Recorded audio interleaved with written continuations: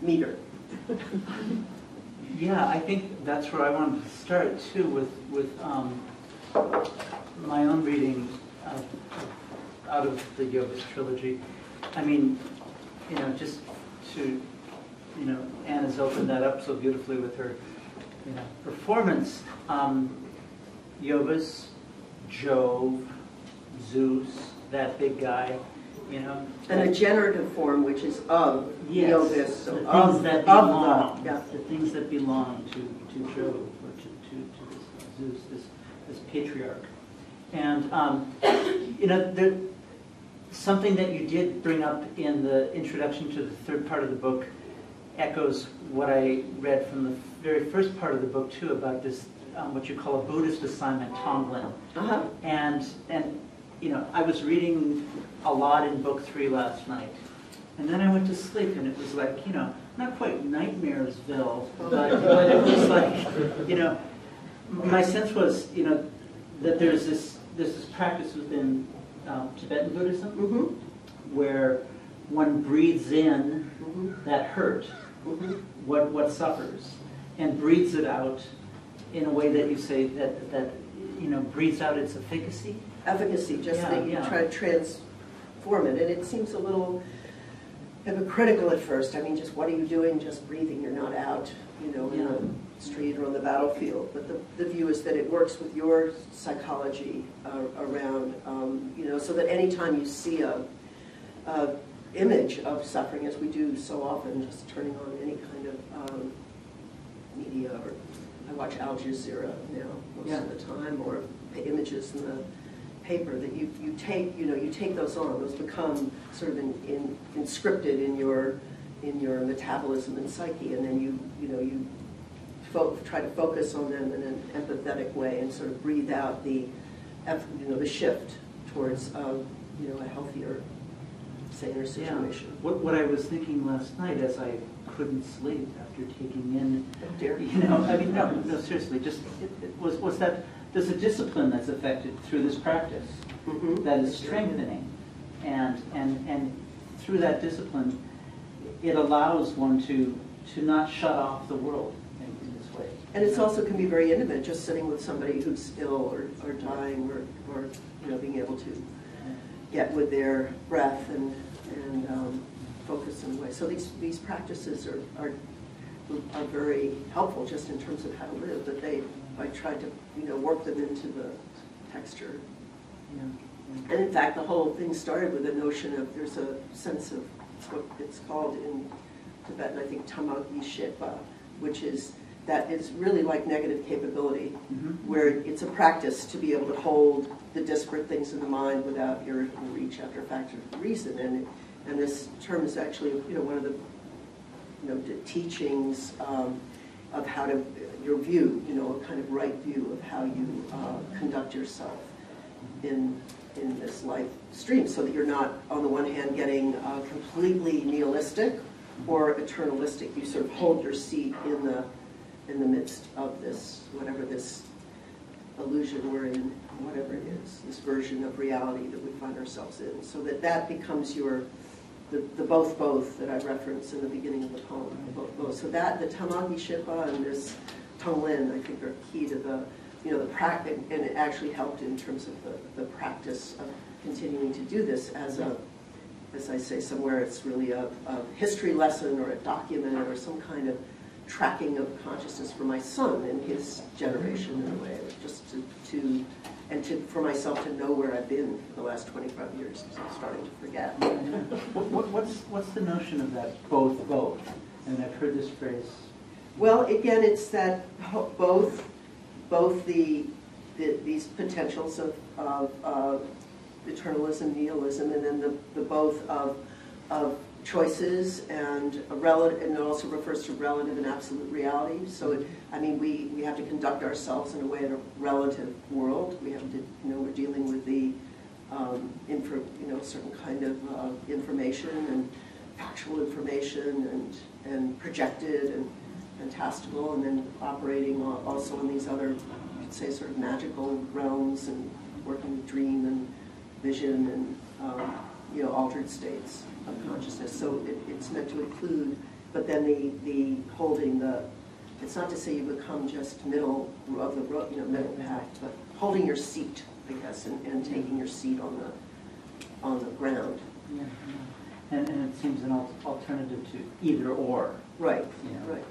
Either they're our ally or we kill them. Well, there's a section in the book called that uses Madhyamaka philosophy, which is this sort of out of the Mahayana path in Buddhism.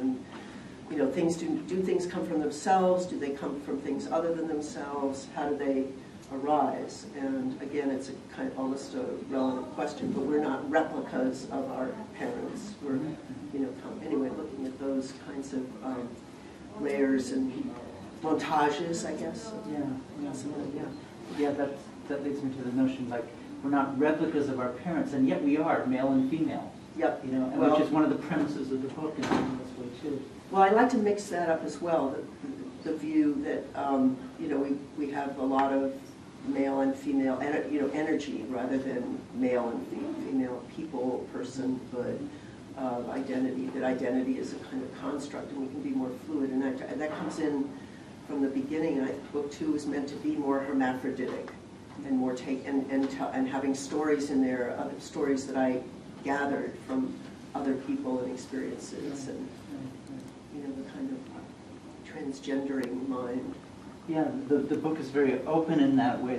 There's a lot of letters that come in, for instance. The part I was reading last night, there was a beautiful letter from our friend Etel Adnan from Beirut, and she doesn't get to be in Beirut so much anymore, but she writes this beautiful letter about the basis of love, and it's just like, here it comes, direct out of the lion's mouth in that sense. And I know. She's gathering with friends by the water there in Beirut, which is, she feels very similar to what is going on, what New York can feel like, or other places, specifically here on our continent, and talking about all these artists gathering in the midst of this chaos. And Dove sta memoria, the memory of what thou lovest well remains. So there's a little hint of the pound. Exactly, and the way of the book being open in this way, where these other voices are allowed to speak and taken in as part of one's own voice, what we have as part of our own knowledge and part of our own poetic. This seems a peculiarly kind of American epic. It's probably not, but I mean, there is that, Patterson is filled with letters, and Olson's epic is letters. Yes, no, they're very much in my ear, that early work. In book 1, I think I sent out a questionnaire to male friends asking so there were specific assignments, who did they identify most with in terms of heroes, and so, and I love Clark Coolidge's response was Donald Duck. And somehow he put up with, he was kind of this fuck up, but he put, the nephews were always commenting. Anyway, it was a great response. And then Joe Brainerd, again, a kind of cross-gender sort of response there. And so there were specific things I went after asking people to respond. Oh, that's fantastic. Yeah. But I've thought a lot about, Patterson, of course, I was, many of us were cutting our teeth on that, and I was thinking of a couple of notes about ways that, him having to make his cause, his case, and he talks about of this, making it of this, that one where the 6 thises, and also this idea of contact within the poem, these things, contacting within the poem, and in the opening lines, I think, or something about the particulars and the details. And so, to start with your own life and your own, and I feel I worked that out a bit in the first book, sort of where I'm coming from, or something like that. Yeah. Right, with the family history and such. And, I'm thinking, too, that those epics like the Maximus poems locates itself in Gloucester, Patterson locates itself in this New Jersey town, and such. Whereas the location here seems to be more the book, and also immense amounts of travel of various, like you say, altered states of consciousness, and letters that come in from all parts of the world, and email correspondences, and you know, the bond with your son wherever he is, Mhm. and what's happening to him. Like I read the police report. You Oh know, my gosh. You know, it's like, He was a little, he always says, you can use it if you give me $25 a page, $25 a page. And he was the one who kept saying, what, you're going to call another book Iovis? You know, what's your problem? yeah, what is that problem? I know it isn't. This is it, believe me.